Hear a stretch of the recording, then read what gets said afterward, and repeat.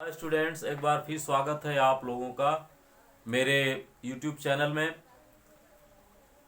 हमको उम्मीद है कि आप सभी लोग बहुत अच्छे होंगे। हालांकि मौसम बहुत ख़राब चल रहा है और इसके पहले हमने आपको पिछले क्लास में उत्प्रेरण के बारे में बताया था। उत्प्रेरक वर्धक के बारे में बताया था मैंने। उत्प्रेरक वर्धक क्या होता है, फिर से उसको देख लीजिए। उत्प्रेरक वर्धक, रिवाइज कर दे रहे हैं इसको हम। उत्प्रेरक वर्धक,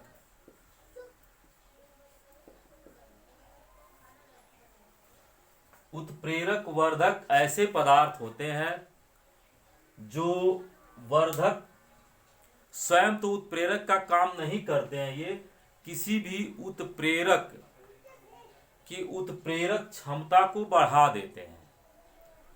मतलब स्वयं कुछ लोग ऐसे होते हैं जो स्वयं किसी भी व्यक्ति के पास नहीं जाते हैं उसको प्रमोट करने के लिए, उसको एडवाइस देने के लिए, बल्कि दूसरे से भेजते हैं। दूसरे को प्रमोट करेंगे कि जाओ यार तुम उसको समझा दो, ऐसे कह दो, उस काम को करवाए।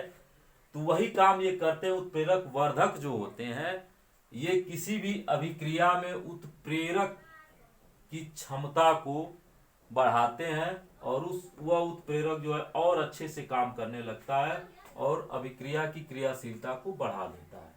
उत्प्रेरक वर्धक की परिभाषा हमने आपको पिछले क्लास में लिखवा दिया था। उत्प्रेरक वर्धक का उदाहरण हमने आपको दिया था N2 प्लस 3H2, मतलब नाइट्रोजन और हाइड्रोजन गैस को हम हैबर प्रोसेस द्वारा जब अमोनिया बनाते हैं तो इसमें आयरन जो होता है उत्प्रेरक का काम करता है और मॉलिब्डेनम का चूर्ण आयरन के चूर्ण के साथ मिलाया जाता है। तो मॉलिब्डेनम वास्तव में यही उत्प्रेरक वर्धक होता है जो आयरन की उत्प्रेरकशीलता को बढ़ाता है और अमोनिया गैस का निर्माण होता है। ये तो इसमें मॉलिब्डेनम जो है वास्तव में यही उत्प्रेरक वर्धक है। उत्प्रेरक वर्धक। अब उत्प्रेरक विष, कैटलिस्ट पॉइजन। उत्प्रेरक विष क्या होता है उसको आप देख लीजिए। उत्प्रेरक विष, कैटलिस्ट पॉइजन।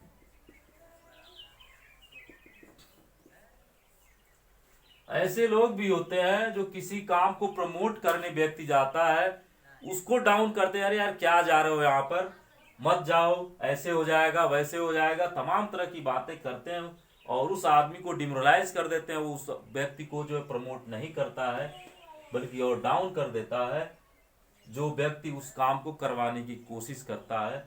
तो वही है कैटलिस्ट पॉइजन। वही चीजें होते हैं जो किसी भी अभिक्रिया में कोई उत्प्रेरक काम करता है, अभिक्रिया की क्रियाशीलता को बढ़ाता है और मतलब अभिक्रिया के वेग को और बढ़ाता है। तो ये उत्प्रेरक विष जो होते हैं उस उत्प्रेरक को और स्लो कर देते हैं, उसकी क्रियाशीलता को स्लो थोड़ा कर देंगे जिससे जो है अभिक्रिया और मंद गति से होने लगती है। इसी को हैबर विधि द्वारा जो ये बन रहा है, ये अमोनिया गैस जो बन रही है उसमें अगर नाइट्रोजन और हाइड्रोजन गैस में ये आयरन के चूर्ण की उपस्थिति में नाइट्रोजन और हाइड्रोजन गैस तेजी से रिएक्शन करके अमोनिया गैस बनाती है। अगर इसी में कार्बन मोनोऑक्साइड थोड़ा सा अगर मिला दी जाए तो ये अभिक्रिया जो होती है स्लो हो जाती है। तो यहां पर कार्बन मोनोऑक्साइड जो है उत्प्रेरक विष का काम करती है। ये उत्प्रेरक विष का काम करती है, कार्बन मोनोऑक्साइड। आप लिख भी सकते हैं चाहे तो इसको, ऐसे पदार्थ जो किसी उत्प्रेरक की क्रियाविधि या क्रियाशीलता आप कह सकते हैं को कम कर देते हैं,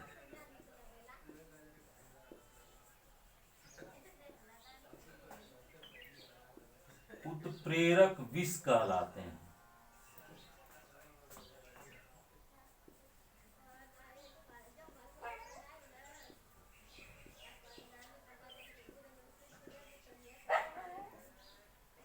उत्प्रेरक विष कहलाते हैं। अब हमने क्रियाविधि के आधार पर उत्प्रेरक के दो प्रकार बताया था, उसके बाद हमने उत्प्रेरक विष और उत्प्रेरक वर्धक को बताना शुरू किया था।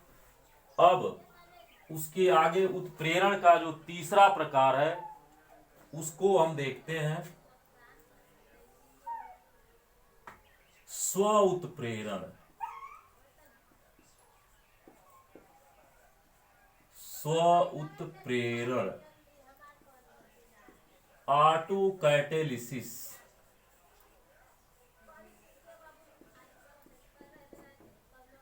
ऑटो कैटेलिसिस, ऑटो कैटेलिसिस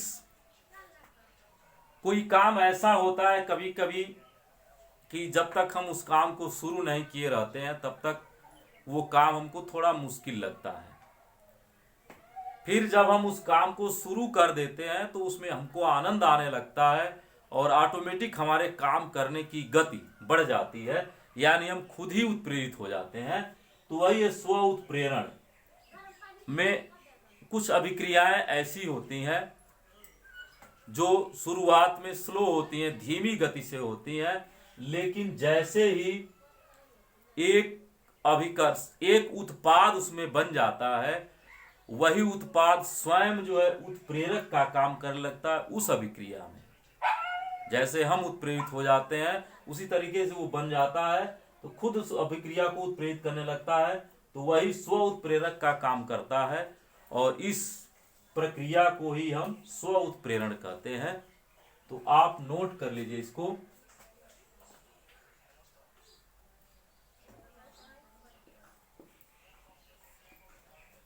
ऐसे पदार्थ जो किसी अभिक्रिया में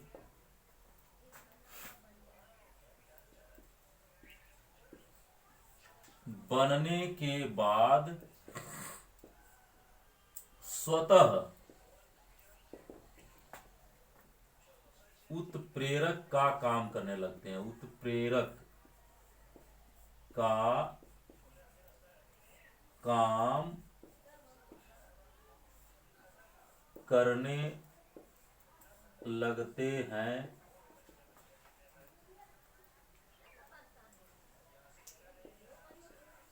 स्व उत्प्रेरक कहलाते हैं।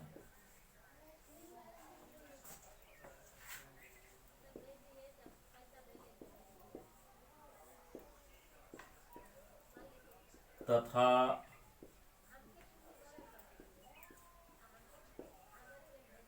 इस प्रक्रिया को स्व उत्प्रेरण कहते हैं। स्व उत्प्रेरण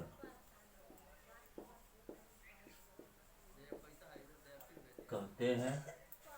जैसे आप उदाहरण देख सकते हैं, एथिल एसीटेट CH3COOC2H5 के अपघटन में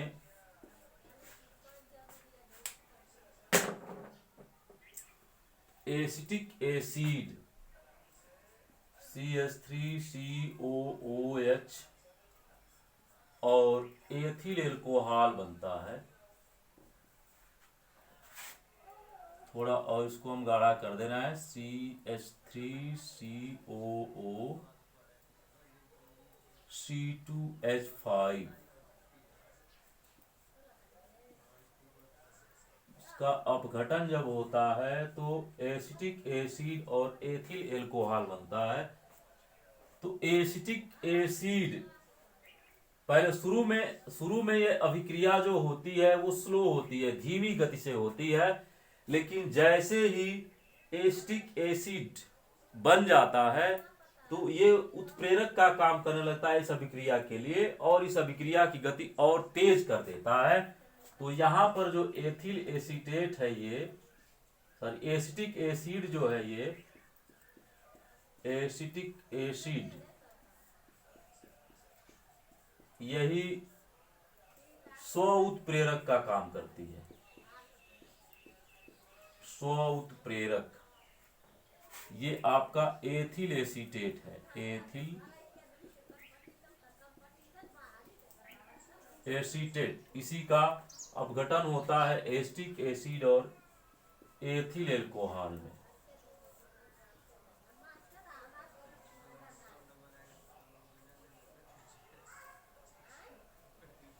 एथिल एल्कोहल।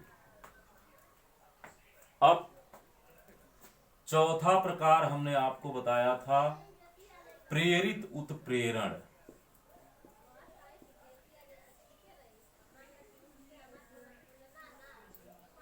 प्रेरित उत्प्रेरण, इंड्यूस्ड कैटेलिसिस। इंड्यूस्ड कैटेलिसिस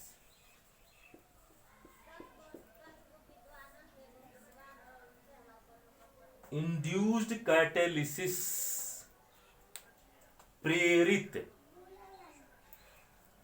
स्पष्ट है, आप देखते होंगे कभी किसी काम को करने की इच्छा नहीं होती है तो अगर कोई दूसरा व्यक्ति उस काम को शुरू कर देता है, हम अकेले नहीं शुरू कर पाते हैं या कोई व्यक्ति अकेले नहीं करता है देखकर, तो देखकर दूसरे व्यक्ति से उत्प्रेरित होकर फिर उस काम को वो शुरू कर देता है। यानी दूसरे के कार्य करने की गति या दूसरे की कार्य करने की प्रक्रिया को देखकर, स्थिति को देखकर दूसरा व्यक्ति उत्प्रेरित हो जाए तो वही प्रेरित उत्प्रेरक का जो पहले वाला व्यक्ति होता है काम करता है, और इसे प्रक्रिया को प्रेरित उत्प्रेरण ही कहेंगे। वही अभिक्रियाओं में भी होता है। यानी हमारे समाज से जुड़ी चीजें अगर समाज से आप जोड़ कर देखें तो केमिस्ट्री ऐसा विषय है जो आपको बहुत ही आनंद देगा। रस आयन इसको कहते हैं, रस आयन, रस आयन है ये, वास्तव में आपको बहुत अच्छा लगेगा। उससे जुड़कर आप देखेंगे तो प्रेरित उत्प्रेरण ऐसी ही चीज है, इसमें एक अभिक्रिया दूसरे अभिक्रिया से जो है वो प्रेरित होकर गतिशीलता में आ जाती है, अपनी गतिशीलता में आ जाती है, तेज गति से होती है। तो आप इसको लिख सकते हैं, जब एक अभिक्रिया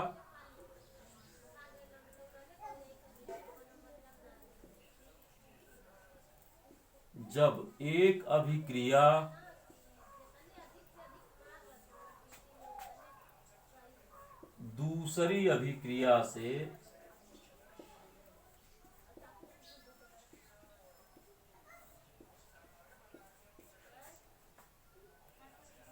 प्रेरित होकर तीव्र गति से होने लगती है,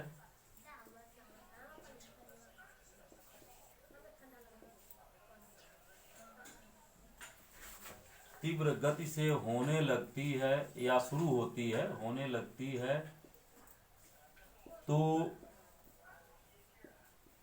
इसे प्रेरित उत्प्रेरण कहते हैं। प्रेरित उत्प्रेरण कहते हैं। तथा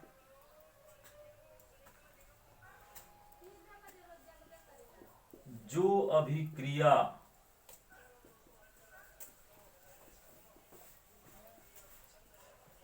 किसी अभिक्रिया को प्रेरित करती है,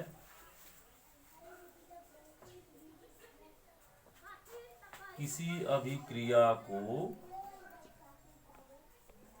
प्रेरित करती है, उसे प्रेरित उत्प्रेरक कहते हैं।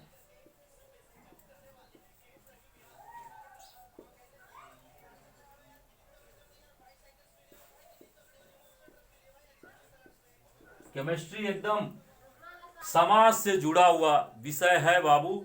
इसको आप जितना ही समाज से जोड़ कर देखेंगे उतना ही आपको अच्छा लगेगा। एक व्यक्ति के काम को देखकर दूसरा व्यक्ति जैसे कभी कभी प्रेरित हो जाता है, उस काम को करना शुरू कर देता है, वही चीज इस अभिक्रिया में होता है। एक अभिक्रिया से दूसरी अभिक्रिया प्रेरित हो जाती है और फिर वो अभिक्रिया अगर नहीं हो रही होती है दूसरी अभिक्रिया तो स्वतः होने लगती है। इसका उदाहरण हम आपको बताते हैं, ध्यान दीजिएगा।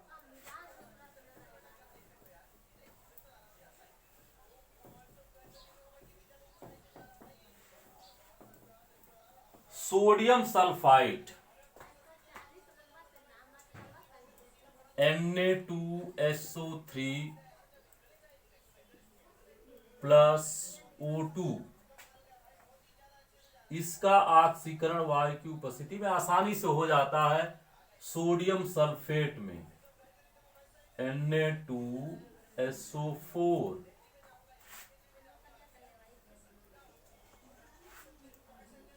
सोडियम सल्फेट में, ये सोडियम सल्फाइड है, सोडियम सल्फाइड। सोडियम सल्फेट में इसका ऑक्सीडेशन हो जाता है, ऑक्सीकरण हो जाता है।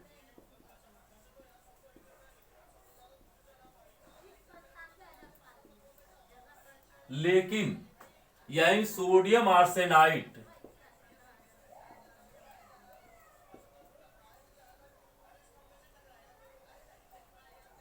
सोडियम आर्सेनाइड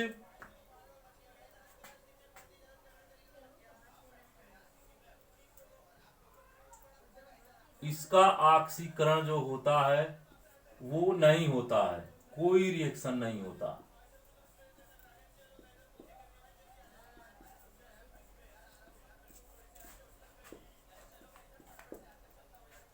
लेकिन जब इन दोनों को एक साथ हम मिश्रित कर देते हैं तो दोनों का ऑक्सीडेशन हो जाता है, दोनों का ऑक्सीडेशन हो जाता है आसानी से। यानी सोडियम आर्सेनाइड भी जो है ये सोडियम आर्सेनेट में चेंज हो जाता है और सोडियम सल्फाइड भी सोडियम सल्फेट में चेंज हो जाता है। दोनों के मिश्रण को एक साथ जब हम वायु में रखते हैं, ऑक्सीजन से रिएक्शन करवाते हैं, तो यहां सोडियम सल्फाइड की अभिक्रिया से सोडियम आर्सेनाइड का ऑक्सीकरण भी जो होता है ये प्रेरित हो जाता है।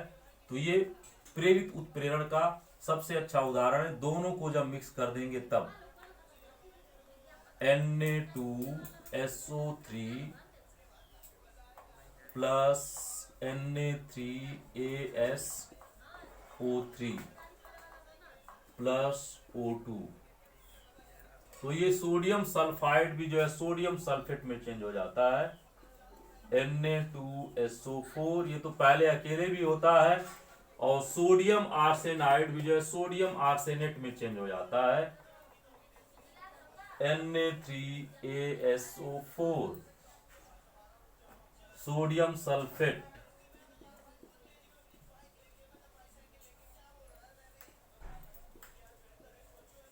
और ये सोडियम आर्सेनेट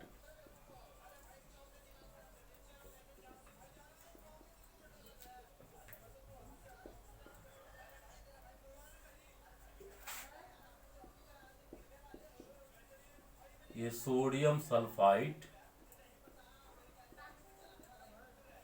और ये सोडियम आर्सेनाइड।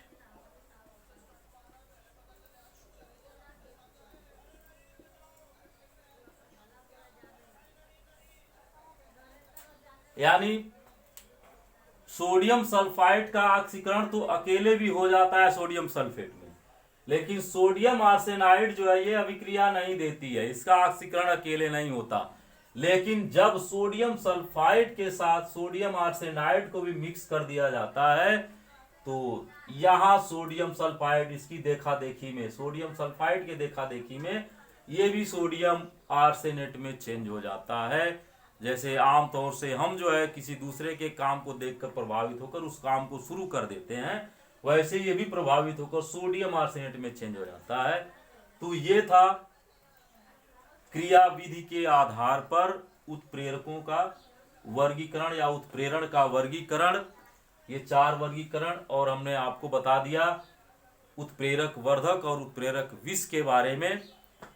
अब आपको ये क्लास कैसी लगी इसको आप जो है कमेंट बॉक्स में जरूर लिखेंगे। हम आपसे उम्मीद करते हैं ताकि और अच्छे से अच्छा क्लास हम आपके लिए दे सकें, इसलिए कि मेरा मेन लक्ष्य जो है वो आर्थिक रूप से जो बच्चे कमजोर हैं, कोचिंग नहीं कर सकते हैं या जो पेड क्लास नहीं ले सकते हैं यूट्यूब पर, मैं उनके लिए ये क्लासेस देने की कोशिश कर रहा हूं। अच्छे से अच्छे आप बच्चों तक इसको पहुंचाइए, कमेंट करिए, सब्सक्राइब करिए। आज के लिए फिलहाल इतना ही। अगले क्लास में मैं आप लोगों को उत्प्रेरण का सिद्धांत, जो कि बहुत ही इंपॉर्टेंट है, उसको बताऊंगा। उत्प्रेरण की प्रक्रिया कैसे होती है। आज के लिए बच्चों, जय हिंद, जय भारत।